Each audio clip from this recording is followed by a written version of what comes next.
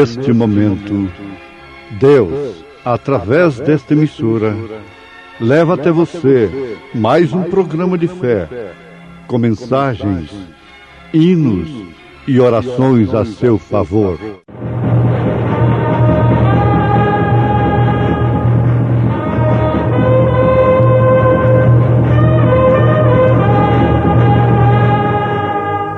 Fé para vencer. Somente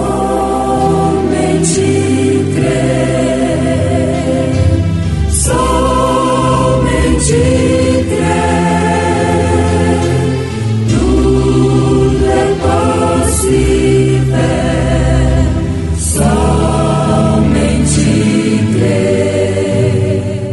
Eu repreendo e castigo a todos quantos amo. Sê, pois, zeloso e arrepende-te. Eis que estou à porta e bato. Se alguém ouvir a minha voz e abrir a porta, entrarei em sua casa e com ele cearei, e ele comigo.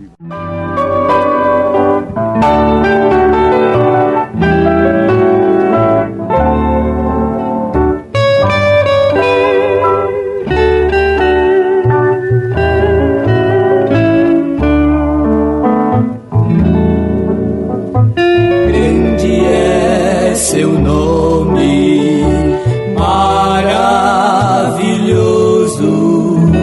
bendito nome, Jesus, Senhor, Rei poderoso és, Jesus, meu mestre, maravilhoso, Jesus, Senhor, é o grande pastor, a rocha dos séculos, onipotente és, reverenciai-o, amai seu nome.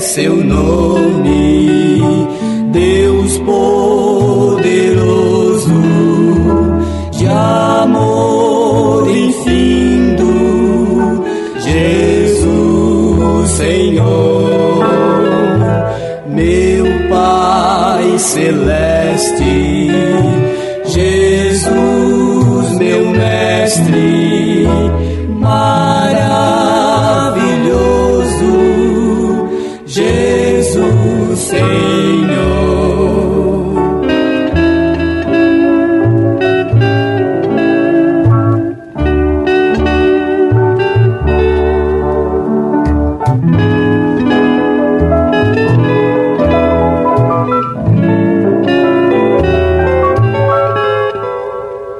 Reverenciai-o, amai seu nome, maravilhoso, Jesus, Senhor,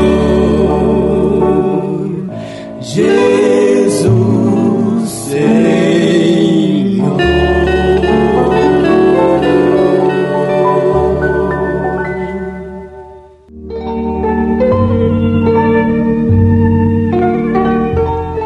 Porque a profecia nunca foi produzida por vontade de homem algum, mas os homens santos de Deus falaram inspirados pelo Espírito Santo. 2 Pedro, capítulo 1, versículo 21. Ouvintes, nós temos dois tipos de profecia. Como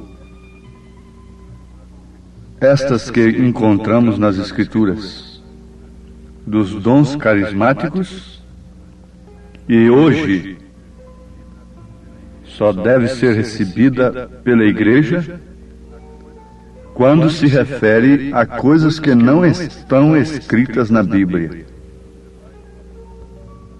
Se você vai numa reunião de oração e ali levanta um profeta ou uma profetisa e começa a profetizar: eis que estou contigo, estou convosco, e repetindo coisas que estão escritas na Bíblia, isto é falso. Não tenha medo de dizer: isto é falso. Se vem uma profecia lhe dizendo que você deve ser batizado em nome do Senhor Jesus Cristo, ou que o batismo é em nome do Pai, do Filho e do Espírito Santo, tudo isto é falso. Essa profecia é falsa. Se vem uma profecia dizendo que eu sou um homem bom, sou um salvo, sou um verdadeiro pregador, eu digo: essa profecia é falsa. Se vem uma profecia dizendo que eu sou falso, eu direi a mesma coisa: ela é falsa. Eu já julguei profecia assim. Alguém dizendo que eu não sou eleito, que eu não sou um salvo, que eu sou perdido. E o outro ouviu uma voz dizendo que eu sou salvo, que eu sou um eleito, tudo mais. Eu disse: todos dois são falsos. Eu não preciso de profecia para dizer que eu sou filho de Deus. De maneira alguma. Agora, a profecia dos dons da igreja, nos quais nós cremos dentro da ordem da igreja, que diz, por exemplo: amanhã tal ponte vai cair e vai matar tantos homens, tantas pessoas. Então, isso não está escrito na Bíblia. E como eu vou saber se aquela profecia é verdadeira? É se aquilo acontecer. Amanhã vai chover em tal lugar, assim, assim. E não chove, então aquilo é falso. Envia-me fulano de tal, para tal lugar, assim, assim. Isso não está escrito na Bíblia. Desta maneira, os dons edificam a igreja, quando ordenados de acordo com a ordem da igreja. Agora, a profecia na qual Laodiceia não crê nesta era, não aceita, não recebe, como Herodias não podia receber a profecia de João, como Jezabel não podia amar a profecia de Elias, a igreja laodiceiana não ama o profeta, a profecia de Deus. Porque a profecia vem através do profeta. Na verdade, essa profecia é escriturística. Então, um profeta viria simplesmente lembrando o povo, não sob dons, mas pela palavra pregada, falada, e revelando as Escrituras. Revelando onde está o verdadeiro batismo, como você deve se batizar, de que forma você deve crer em Deus. Deus repartido em 3 pessoas, 3 personalidades, portanto, ou num Deus único, com 3 manifestações, Pai, Filho e Espírito Santo, revelando o Apocalipse, mostrando o lugar da mulher nas Escrituras, junto a Deus, portanto, mostrando o lugar do homem. Então, Laodiceia, quando ouve isso, disse: somos ricos, não temos falta de nada, não precisamos de profeta. Esse é o estado de Laodiceia. Então, o que se passa com este povo dos últimos dias, uma vez que estamos vivendo a última era da igreja? Eles se desviaram da palavra. Não aconteceu outra coisa. Fique sabendo que Satanás não conseguiria nunca introduzir o pecado no mundo se Eva não tivesse saído da palavra. Satanás nunca teria implantado os seus credos e os seus dogmas e repartido as vestes de Jesus se ele não conseguisse tirar a igreja da palavra, dando então as suas doutrinas que encontramos no Apocalipse: a nicolaíta, baalanita e jezabelita. Então esta igreja laodiceana não pode crer de maneira alguma no profeta, porque ela não pode crer na profecia. Ela crê nas falsas profecias, naqueles que veem seus próprios nomes falando bem dela. Ela crê em Zedequias e em seus comparsas, em seu grupo de profetas. Mas ela não crê no Micaías. Ela não crê no Elias. Isso é próprio dela. E mais do que isso, ela odeia o profeta. Ela odeia a ponto de procurar até a sua própria vida. Sim, amados. Uma característica perfeita da era em que estamos vivendo, como Laodiceia, está aí. Eles não são mais fervorosos acerca da profecia bíblica. E a própria Bíblia diz que por falta de profecia, eles se corrompem. Então se tornam mornos quanto a ela, quanto à profecia. Eles são diligentes. Eles não são mornos em relação ao serviço natural que tentam prestar a Deus.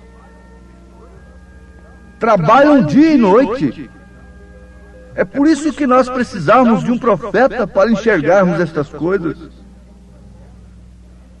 Eles não são mornos, frios, em relação ao serviço a Deus.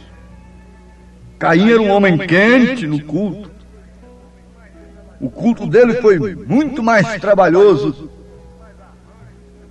Teve muito mais arranjo do que o de Abel.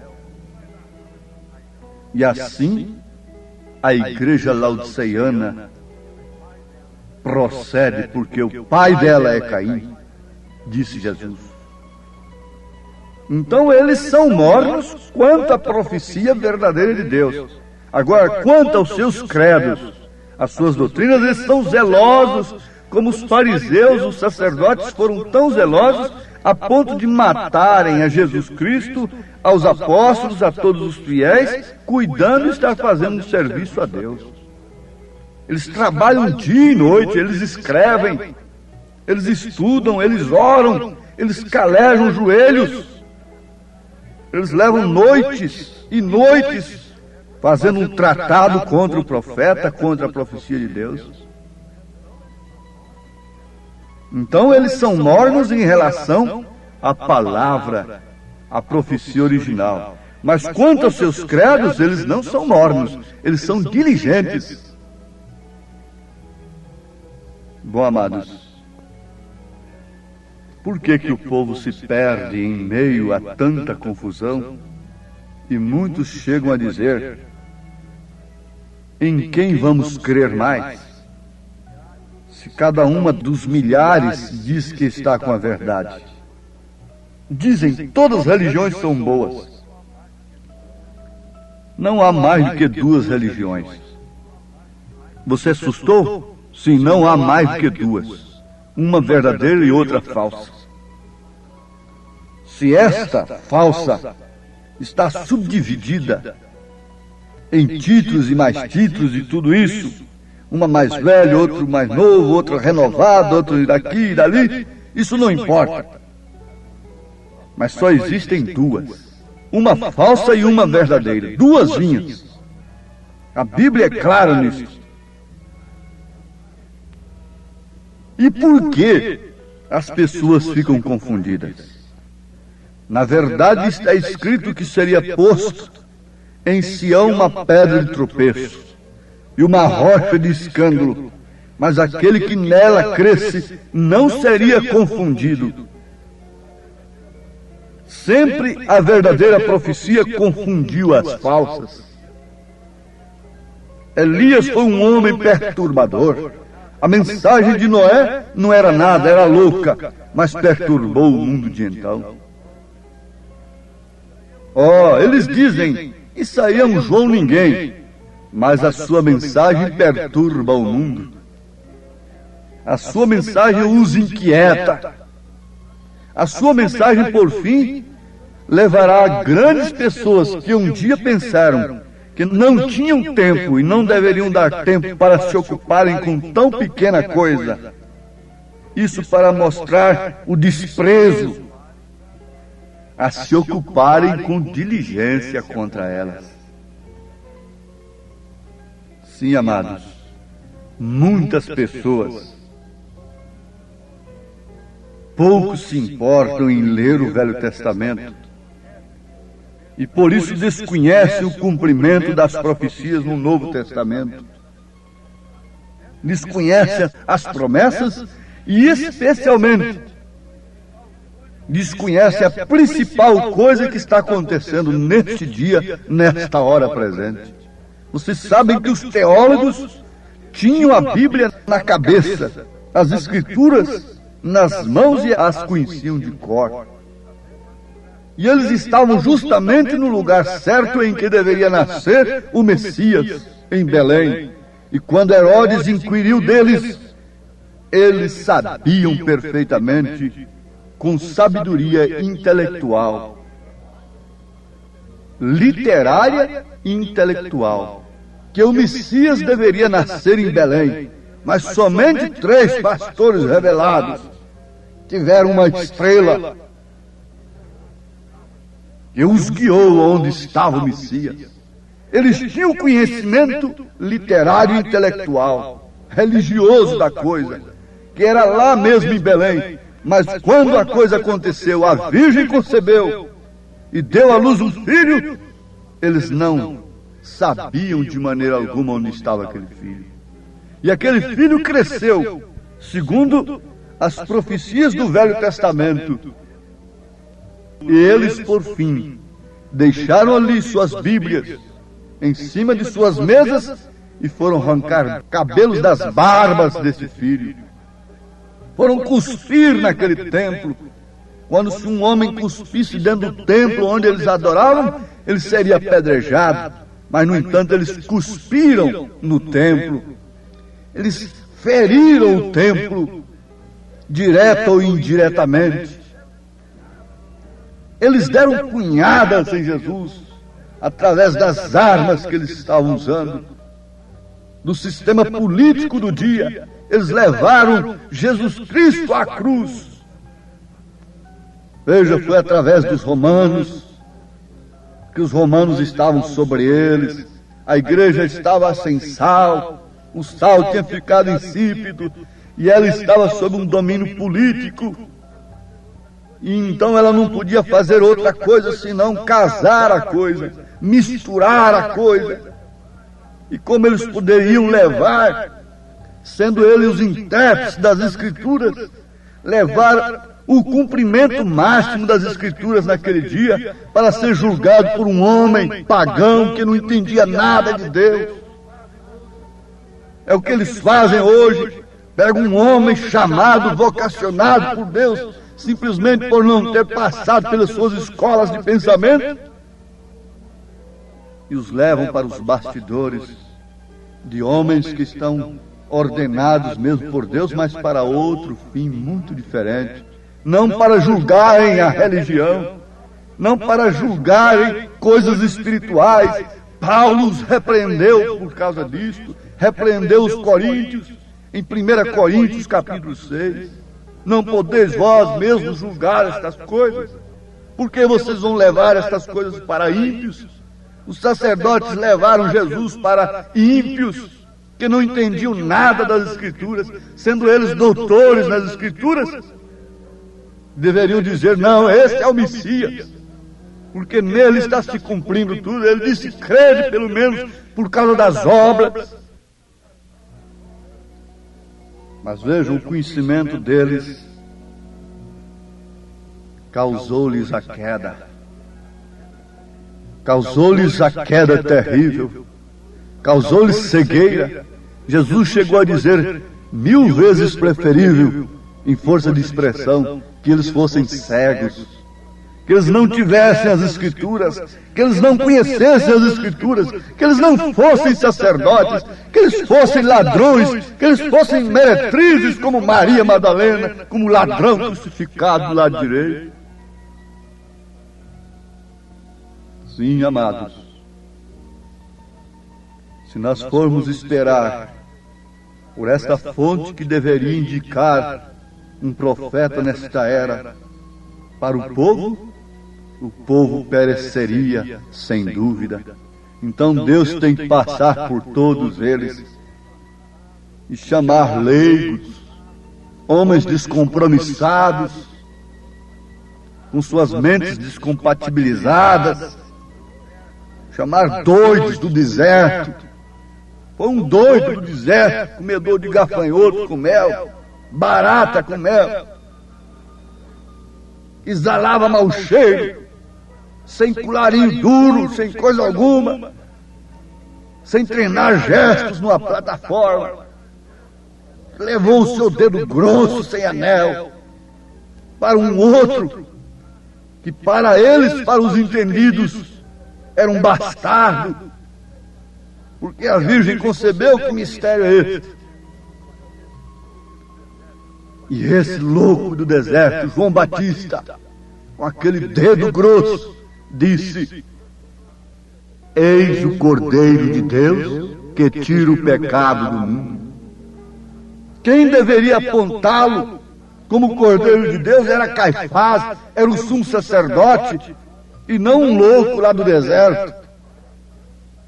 Mas a palavra diz, a Bíblia diz que, sendo Anás, Caifás, sumos sacerdotes, a palavra do Senhor veio a João lá no deserto. A palavra do Senhor não veio a eles, embora eles, tendo em suas mãos, tendo em suas mentes, tendo em seus intelectos, é a mesma coisa agora. Não mudou, não. Salva-te por ti mesmo. Aqui está a mensagem de Jesus Cristo para esta era. Eu repreendo e castigo a todos quantos amo. Sê, pois, zeloso, arrepende-te. Eis que estou à porta e bato. Se alguém ouvir a minha voz e abrir a porta, entrarei em sua casa e com ele cearei e ele comigo.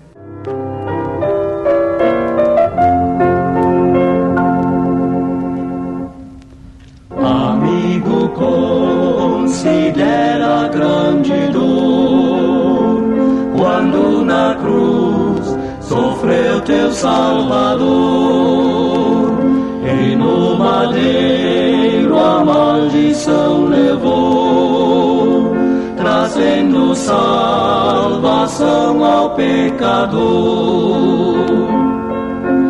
Olha pro Gólgota, eis o Cordeiro de Deus que tira o pecado do mundo. Por nós morreu.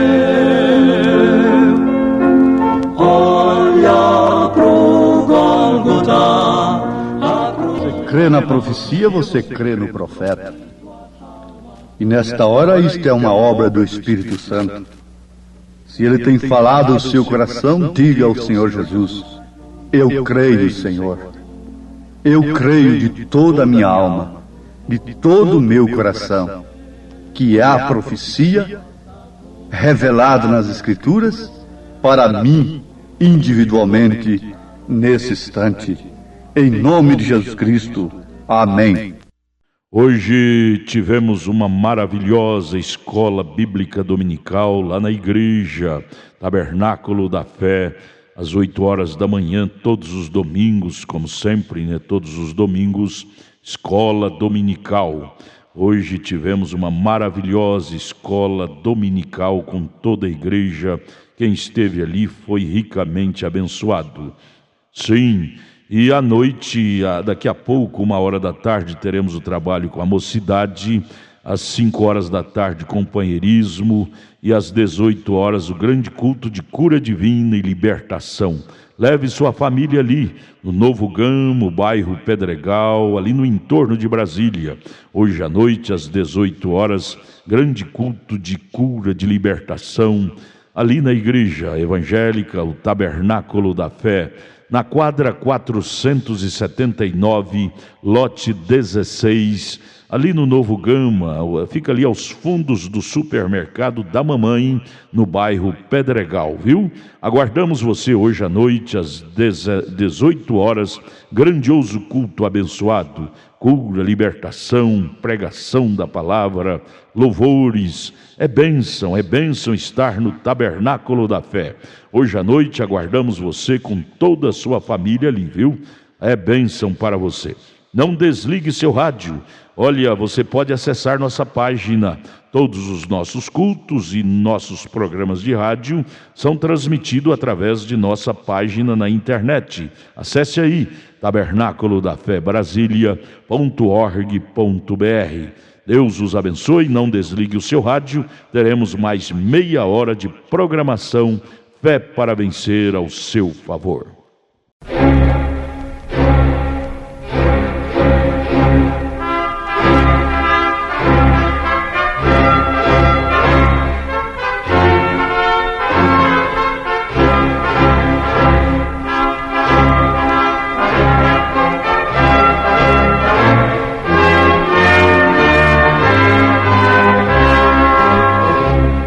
Neste momento, Deus, através desta emissora, leva até você mais um programa de fé, com mensagens, hinos e orações a seu favor.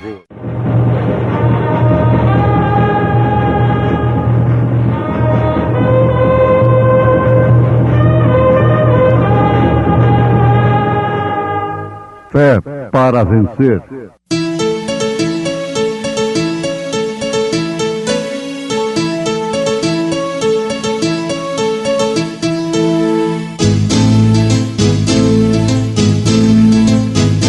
Mensageiro Deus enviou o seu profeta, seu profeta Este som de alarido retumbando está, retumbando está.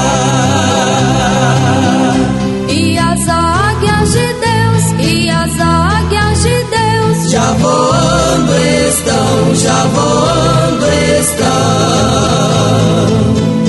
William Branham foi seu nome e Deus foi com ele, e Deus foi com ele.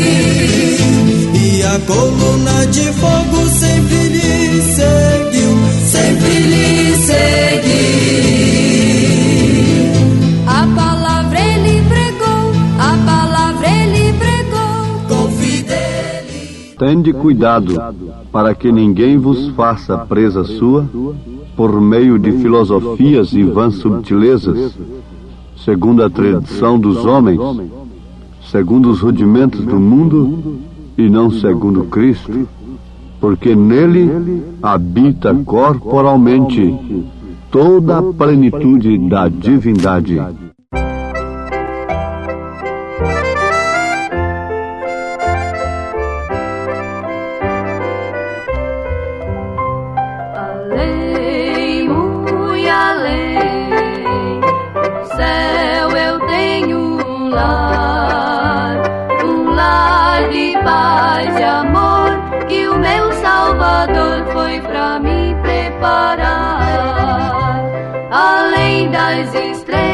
Além do luar, em ruas de ouro eu vou passear.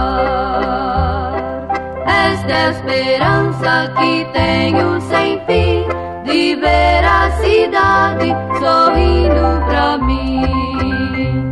Além, muito além, no céu eu tenho um lar de paz e amor que o meu Salvador foi pra mim preparar.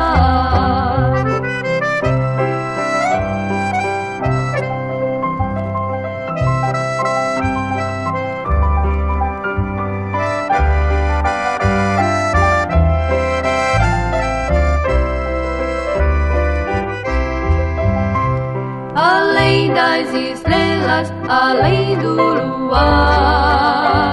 Em ruas de ouro eu vou passear. Esta esperança que tenho sem fim, de ver a cidade sorrindo pra mim. Esta esperança que tenho sem fim, de ver a cidade sorrindo pra mim.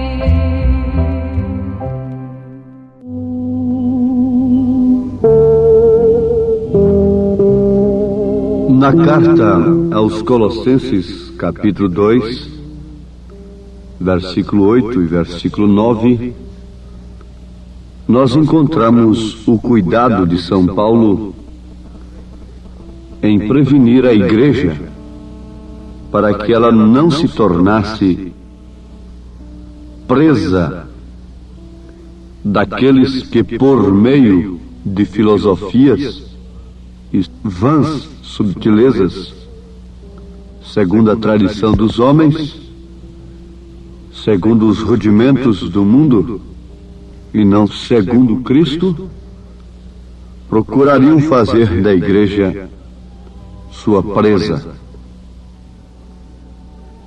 Devemos ser presos, sim, mas presos de Cristo. Ouvintes, os demônios procuram sempre enganar as pessoas, pois eles sabem que nos homens existe aquela ansiedade, existe o desejo de cultuar a Deus, de satisfazer esta parte. Mas é como se aquilo fosse apenas uma parte de sua vida e com aquilo como uma obrigação. Caim manifestou o desejo de adorar a Deus. Talvez ele teria sido mais feliz se não tivesse prestado nenhuma adoração a Deus, do que prestar uma adoração que não combinava com a revelação, com o plano de Deus, com o culto de Deus. Melhor fora que ele não prestasse nenhuma adoração do que prestar uma adoração errada, sem revelação. Mas ali estava, ele era preso de um espírito religioso. Ele era preso de um espírito religioso, entendam isto. O que acontece com muitas pessoas nesses dias, que são presas de um espírito religioso, o que não combina definitivamente com o Espírito Santo. Devemos ser presos de Deus. Quando Paulo saiu para o deserto da Arábia, ele não tinha nada, absolutamente nada, do que ele entregaria para a igreja. Isto mostra que Gamaliel não pôde lhe oferecer coisa alguma que alimentasse a igreja de Jesus Cristo. Ele não aprendeu coisa alguma, porque caso contrário, ele não teria que ir para o deserto, ouvir de Deus, diretamente de Deus, aquilo que ele deveria entregar para a igreja. Ele voltou de lá totalmente livre de todo arrazoamento eclesiástico, e voltou de lá sabendo unicamente a palavra de Deus. E teve a palavra escondida até que se converteu num prisioneiro. Então ele regressou de lá atado com as cadeias do amor. A sua atitude diz, o seu ministério diz: tenho perdido toda a minha experiência do instituto e agora sou prisioneiro de Jesus. Amém. Filemon, meu irmão, agora sou prisioneiro de Jesus Cristo e só posso falar o que ele me mostra. Eu não posso falar outra coisa a não ser aquilo que ele me mostra. Nos faz lembrar nesse instante daquela mãe que mandou seu filho para um seminário lá na América do Norte. E ele ficou por lá mais ou menos uns 4 anos sem ver a sua mãe. Nesse ínterim, ela adoeceu e já estava desenganada dos médicos. E os seus vizinhos, que tinham uma fé pentecostal, os nazarenos, chegaram ali e disseram: olha, o nosso pastor é um moço muito abençoado e Deus tem respondido às suas orações. A senhora quer que nós o tragamos aqui para orar para a senhora? Ela aceitou. E ele chegou ali e leu Marcos 16, a partir do versículo 15 em diante. E ela foi curada. Ele impôs as mãos, porque ali está escrito: e porão as mãos sobre os enfermos e os curarão. Quando ele orou, ele impôs as mãos sobre aquela senhora e ela foi curada. Passado o tempo, seu filho chegou, muito alegre. Agora era doutor em Deus, podia pregar Deus agora, porque havia aprendido muito. E ela foi dar o testemunho para ele: meu filho, durante este tempo, eu quase morri. Os médicos já não podiam fazer mais nada por mim. E estes irmãos aqui, das montanhas aí, vieram aqui e me trouxeram o seu pastor, e ele leu Marcos 16, onde Jesus disse: porão as mãos sobre os enfermos e os curarão.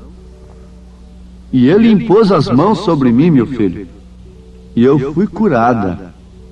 Por isso você encontrou a sua mãe ainda. Ele disse: ó, mamãe, eu aprendi no seminário que essas escrituras são apócrifas. Isso foi incluído na Bíblia, foi lá no Vaticano. Isso não é inspirado. Ela disse: meu filho, se isto não é inspirado, me curou, e se fosse inspirado, hein? Mas nós queremos ilustrar aqui, ouvintes, é o seguinte, que quando Paulo voltou da sua preparação, foi totalmente diferente daquele moço que voltou para sua mãe. Ele voltou dizendo: porque eu recebi do Senhor o que também vos ensinei. Ele voltou dizendo que não havia recebido de homem algum, mas sim de Deus. Ele voltou dizendo que o seu ministério era confirmado com prodígios e maravilhas, com sinais, prodígios e maravilhas. Ele voltou como um preso de Deus, não como preso de uma organização, não como preso de um ismo acerca de Deus. É o que os homens bem intencionadamente têm feito prisioneiros de seus credos, de seus dogmas, ao invés de fazerem prisioneiros de Cristo. Os homens só podem servir a Deus através de seus credos, através de seus meios. Não há um meio comum, não há um meio unânime, não há um mesmo parecer, um mesmo sentimento. Chocam-se entre si quando a Bíblia é uma só, quando a palavra de Deus é uma só. Agora, o que é que Deus está necessitando nesses dias? É de homens comprometidos com tal ala, com outra ala tal? Não. Deus está necessitando de prisioneiros seus nestes dias. Tem que nos fazer prisioneiros de sua vontade. Alguém diz: esta mensagem é a Bíblia pura, mas não é da minha denominação. eu não posso aceitar. Que coisa absurda! Que julgamento virá sobre aquele pregador tão instruído e dizer: esta mensagem é Bíblia pura, mas eu não posso aceitar porque não é da minha denominação. Deus quer prisioneiros é de sua vontade. Seja feita a tua vontade, assim na terra como nos céus. Deus está precisando de homens que possam falar somente sua palavra, sem adicionar nenhum pensamento humano. Falar simplesmente aquilo que Deus fala. Assim foi com São Paulo. Não lhe importava todo aquele conhecimento intelectual que havia adquirido, porque agora ele conhecia a Deus por revelação, não por intelecto. Sim, Senhor, alguém me diz um dia, muito amigavelmente: ó, eu te conheci ainda menino, eu pude pôr a minha mão na sua cabeça quando você ainda era criança. Eu conheço a Deus muito primeiro do que você. Certo? Eli também conhecia a Deus muito primeiro do que Samuel. Mas Deus não considerou Israel pelo que ele fora no passado, mas sim pelo que ele era no presente. Deus não deixava que Israel se livrasse do inimigo simplesmente porque um dia ele esteve sob a liderança de Moisés, como ele o livrou quando estava sob Josué. Se Israel saía fora da palavra, então ele se tornava prisioneiro do inimigo, prisioneiro dos filisteus. E a maneira correta de Israel se livrar dos inimigos era sempre a mesma: era voltar para a palavra de Deus. Não tinha outra maneira. Podia levantar Balaãos de todos os lados, podia levantar profetas Zedequias de todas as maneiras, Ananias de todas as maneiras, mas não adiantava. Quando Jeremias disse que seria 70 anos o cativeiro, o Ananias saiu dali dizendo que era só 2 anos de cativeiro. Agora veja, como aquela denominação de Ananias era mais favorável para o povo e era mais preferida, porque Jeremias dizia que eram 70 anos e Ananias dizia que era apenas 2 anos de cativeiro. Logicamente, Ananias caía mais na graça do povo natural, dos crentes naturais, que afrouxava o evangelho. Que frouxo o evangelho, que frouxa a sã doutrina. Estes pregadores, eles caem mais na graça do povo, enquanto que Jeremias sustentava que seriam 70 anos o cativeiro, Ananias sustentava que seria apenas 2 anos. Mas os 2 anos se passaram e os 70 anos se cumpriram. Jeremias falou pela boca do Senhor, o Senhor falou pela boca de Jeremias. Ananias, com toda a sua moralidade, com todas as suas características de pregador, não passou de um falso profeta. Foi o mesmo que aconteceu com Zedequias. Agora, se nós pudéssemos analisar, nesta hora em que estamos vivendo, quem é que está apresentando a estrada mais estreita, o caminho mais espinhoso para o céu? Nós poderíamos atentar e discernirmos em tempo quem é o falso profeta e quem é o verdadeiro profeta. Contudo, meus irmãos, que ensina o povo, pregar a mensagem do profeta e levar o povo à preparação para o rapto, não é simplesmente estar dizendo: ó mulheres, vocês não podem fazer isso. Ó homens, vocês não podem fazer isso. E estar vigiando as pessoas. Não. Não é isso. É uma ponte que já temos passado. A unicidade, o batismo em nome de Jesus Cristo. Já temos passado por esta ponte. e cremos perfeitamente que somos vozes do Senhor.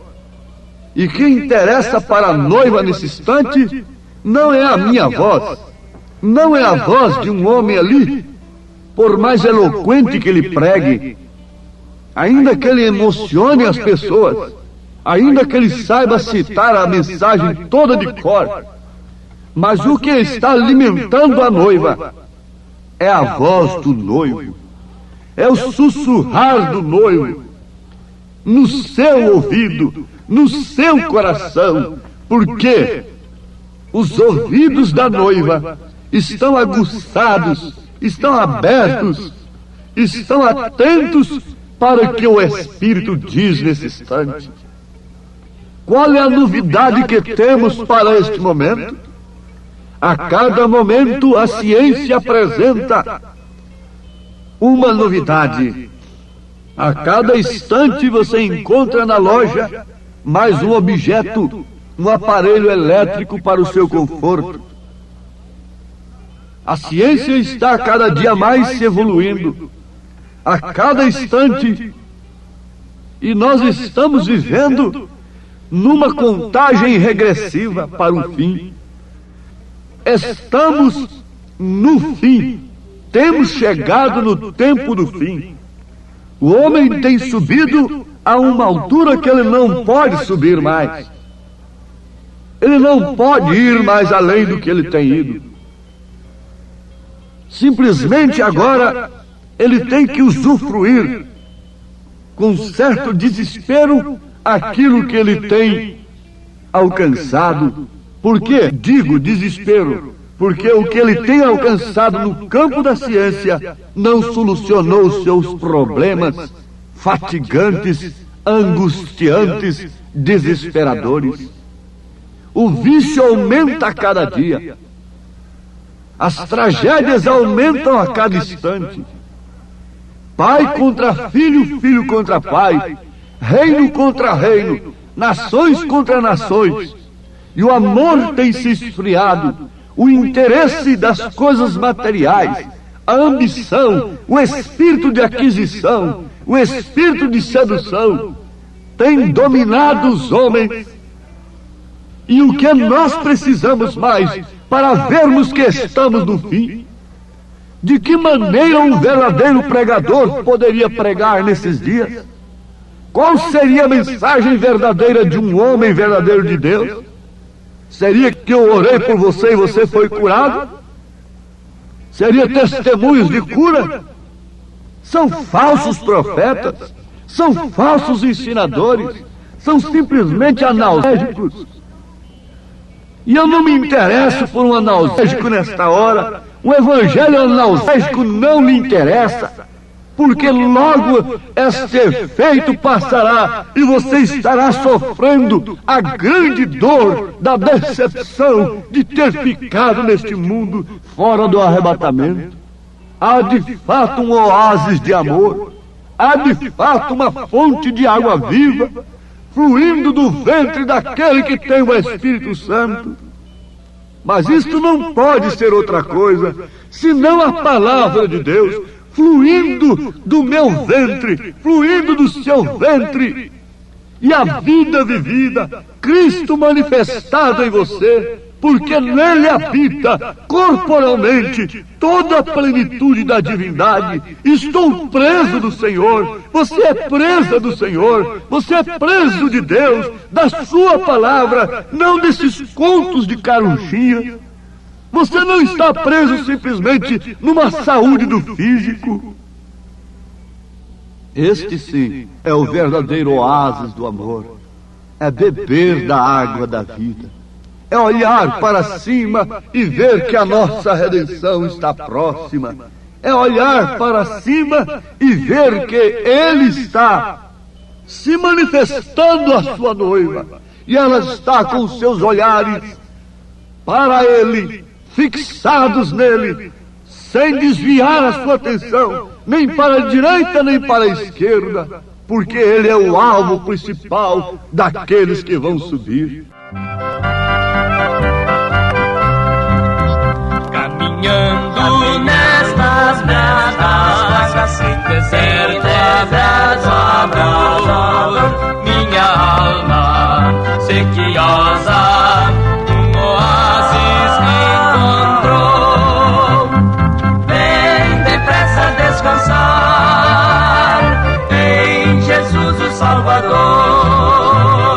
Vem beber da água viva no oásis do amor. Firme-se na confiança do Senhor, na sua palavra, e viva o que você tem crido nesse instante, e é o suficiente. Somos vozes de Deus, vozes do Senhor nesses dias. Você tem sintonizado a voz de Deus no seu coração, e por isso seu alvo principal é o arrebatamento. Deus lhe abençoe em nome de Jesus Cristo. Amém. Obrigado a gente amada, gente querida que tem parado para ouvir este maravilhoso programa Fé para Vencer.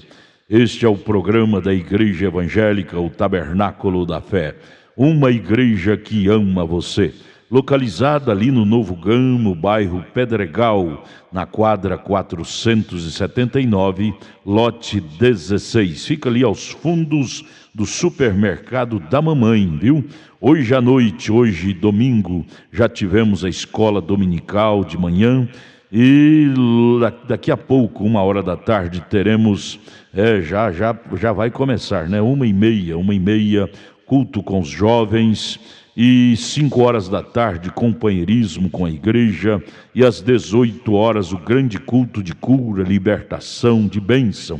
Leve sua família. Hoje às 18h especialmente teremos aquele grande culto de cura divina e libertação.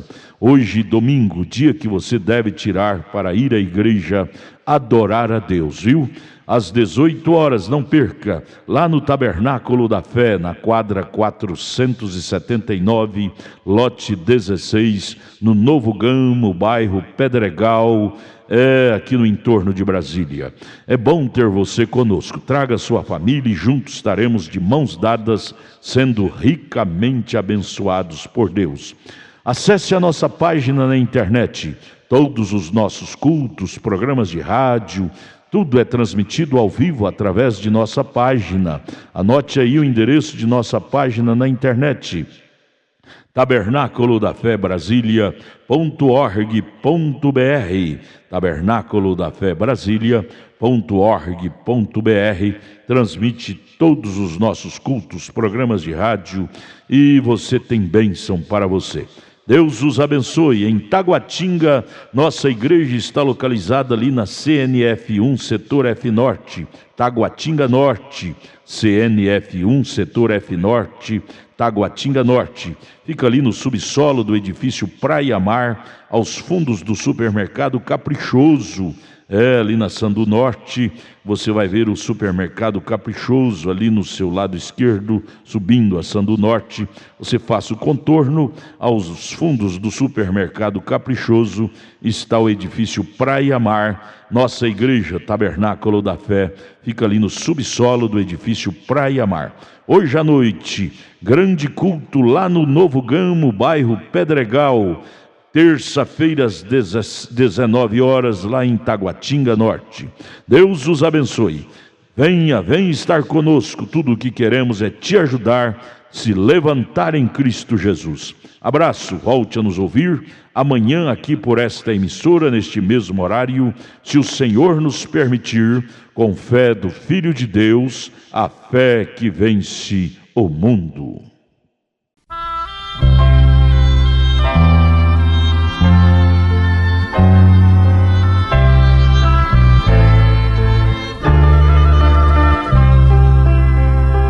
Ouve, amigo, que triste vagueias, sem ter de Jesus salvação. Uma voz meiga e doce te chama, porque fechas o teu coração. A voz te chama suavemente, abre agora a porta do teu coração.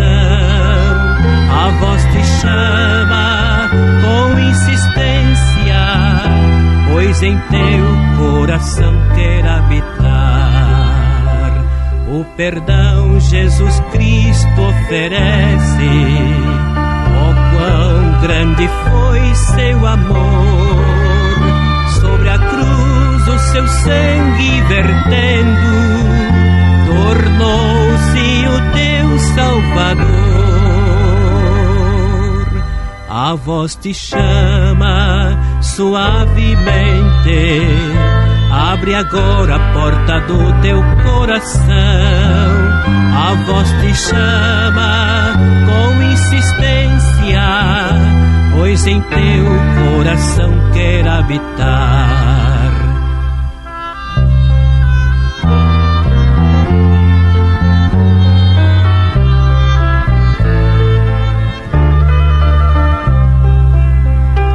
Esta voz que tão meiga te chama, em breve há de silenciar.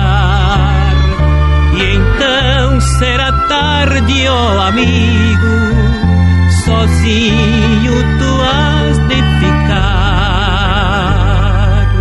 Jesus convida suavemente, queres tu a Ele hoje aceitar? De manso bate a tua porta, pois em teu coração quer habitar.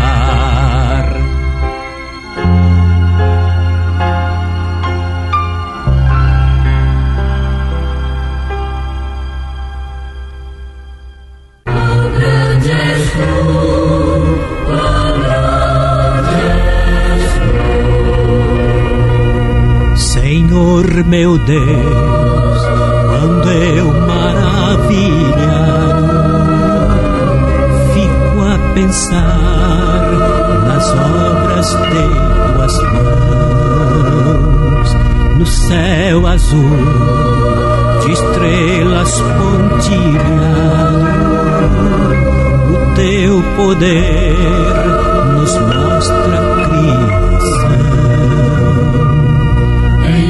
Minha alma canta-te, Senhor. Quão grande és tu, quão grande és tu. Então minha alma canta-te, Senhor. Quão grande és tu, quão grande és tu.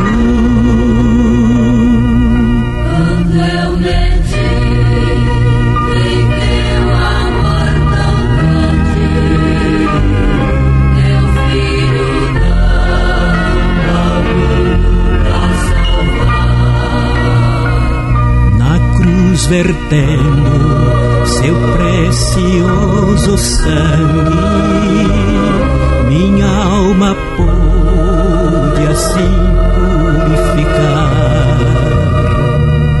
E quando enfim eu for ao céu subindo, contemplarei a glória do Senhor. Adorarei, prostrado e para sempre. Quão grande és tu, Senhor, meu Deus, hei de cantar. Então minha alma canta-te, Senhor. Quão grande és tu, quão grande és tu. Então minha alma canta-te, Senhor. Quão grande és tu,